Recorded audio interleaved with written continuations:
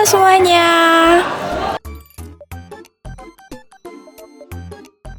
Kami dari kelompok 4. Nama saya Najla Aliratul Bariza. Halo semuanya, perkenalkan saya Kanita Sadaf. Perkenalkan, nama saya Ahmad Bayaki. Di sini Perkenalkan, saya Novaila Salwa Khairunisa. Halo semuanya, perkenalkan nama saya Nadia Raras Aryani. Halo semua, perkenalkan nama saya Distiar Zaki. Kami akan menyampaikan materi tentang energi alternatif, pasang surut air laut, dan energi gelombang air laut. Selamat menyaksikan teman-teman.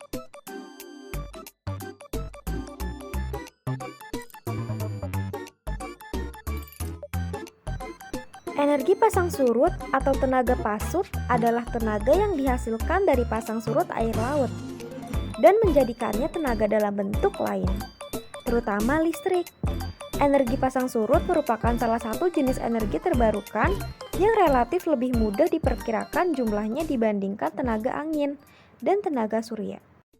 Oke, di sini aku bakal ngejelasin energi pasang surut itu dihasilkan dari apa sih? Energi pasang surut adalah pemanfaatan energi yang dihasilkan dalam perpindahan massa air akibat pasang surut dengan efek rotasi bumi dan gravitasi bulan. Energi diperoleh dari pemanfaatan variasi permukaan laut terutama disebabkan oleh efek gravitasi bulan. Kemudian dikombinasikan dengan rotasi bumi dengan menangkap energi yang terkandung dalam perpindahan massa air akibat pasang surut. Kelebihan dan kekurangan. Adapun kelebihan dari energi pasang surut air laut adalah setelah dibangun, energi pasang surut dapat diperoleh secara gratis, tidak menghasilkan efek gas rumah kaca, tidak membutuhkan bahan bakar, biaya operasi relatif rendah, produksi listrik stabil, pasang surut air laut dapat diprediksi. Turbin lepas pantai memiliki biaya instalasi rendah dan tidak menimbulkan dampak lingkungan yang besar. Kelebihan dan kekurangan. Adapun kekurangan energi pasang surut air laut antara lain, biaya pembangunan sangat mahal, meliputi area yang sangat luas sehingga merubah ekosistem lingkungan baik ke arah hulu maupun hilir hingga berkilo-kilometer. Hanya dapat mensuplai energi kurang lebih 10 jam setiap harinya ketika ombak bergerak masuk ataupun keluar. Nah, di sini ada proses kerjanya nih. Yang pertama, air laut pasang masuk ke dalam teluk, delta sungai, atau bentang lepas pantai lainnya. Yang kedua, air yang masuk tertampung oleh dinding pasang surut atau tidak lebih red. Yang ketiga, ketika air laut surut, air dilepaskan. Yang keempat, aliran air ini yang deras memutar turbin yang terpasang. Yang kelima, turbin menghasilkan energi mekanik yang diteruskan ke generator untuk menghasilkan listrik. Manfaat energi pasang surut yaitu sumber energi terbarukan, ramah lingkungan, ketersediaan melimpah, mengurangi ketergantungan bahan bakar fosil, prediksi yang mudah, dan biaya perawatan yang rendah. Jenis-jenis energi pasang surut. Aliran pasang surut yaitu badan air yang mengalir deras yang terbentuk oleh pasang surut. Turbin ditempatkan di aliran pasang surut untuk mengambil energi dari aliran fluida. Bendungan yaitu dam pasang surut dibangun di sepanjang pantai untuk digunakan sebagai pembangkit listrik tenaga air atau yang biasa disebut sebagai PLTA.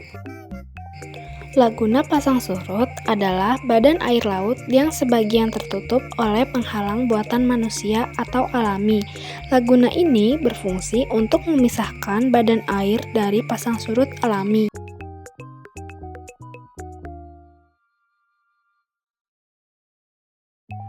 Energi gelombang merupakan salah satu sumber energi alternatif yang semakin mendapat perhatian dalam upaya mengurangi ketergantungan terhadap bahan bakar fosil. Gelombang laut, salah satu bentuk energi gelombang, menawarkan potensi yang besar sebagai sumber energi yang bersih dan berkelanjutan. Gelombang laut dapat terjadi karena apa? Gelombang laut diartikan sebagai gerak naik turunnya permukaan air laut yang membentuk kurva. Gelombang laut dapat terjadi karena adanya angin, pergerakan benda di permukaan laut, gerakan seismik, serta medan gravitasi bumi dan bulan. Kelebihan energi gelombang laut terbarukan, ombak laut selalu ada sehingga tidak akan habis. Ramah lingkungan, tidak menghasilkan emisi gas rumah kaca atau polusi udara. Dapat diprediksi, pola gelombang laut dapat diukur dan diprediksi jauh ke depan. Kepadatan energi tinggi, tidak memerlukan cakupan area yang terlalu luas untuk menghasilkan energi listrik. Kelebihan dan kekurangan.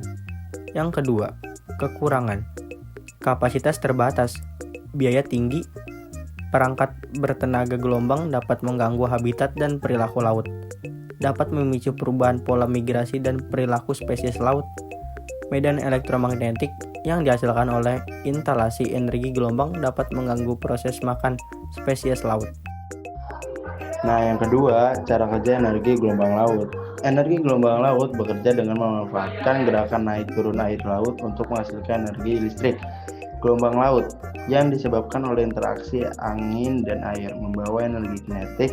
Energi ini kemudian ditangkap oleh perangkat konversi energi gelombang laut seperti turbin atau sistem kolam air osilasi yang mengubahnya menjadi energi mekanik. Energi mekanik ini kemudian digunakan untuk memutar generator yang menghasilkan energi listrik. Manfaat energi gelombang laut, yaitu energi gelombang laut dapat diubah menjadi energi listrik dengan memanfaatkan turbin. Yang kedua, menghasilkan emisi karbon yang lebih rendah daripada pembangkit listrik non terbarukan. Yang ketiga, ketersediaan melimpah. Keempat, mengurangi ketergantungan bahan bakar fosil. Yang kelima, dapat dimanfaatkan untuk mencari bahan makanan alami dari laut.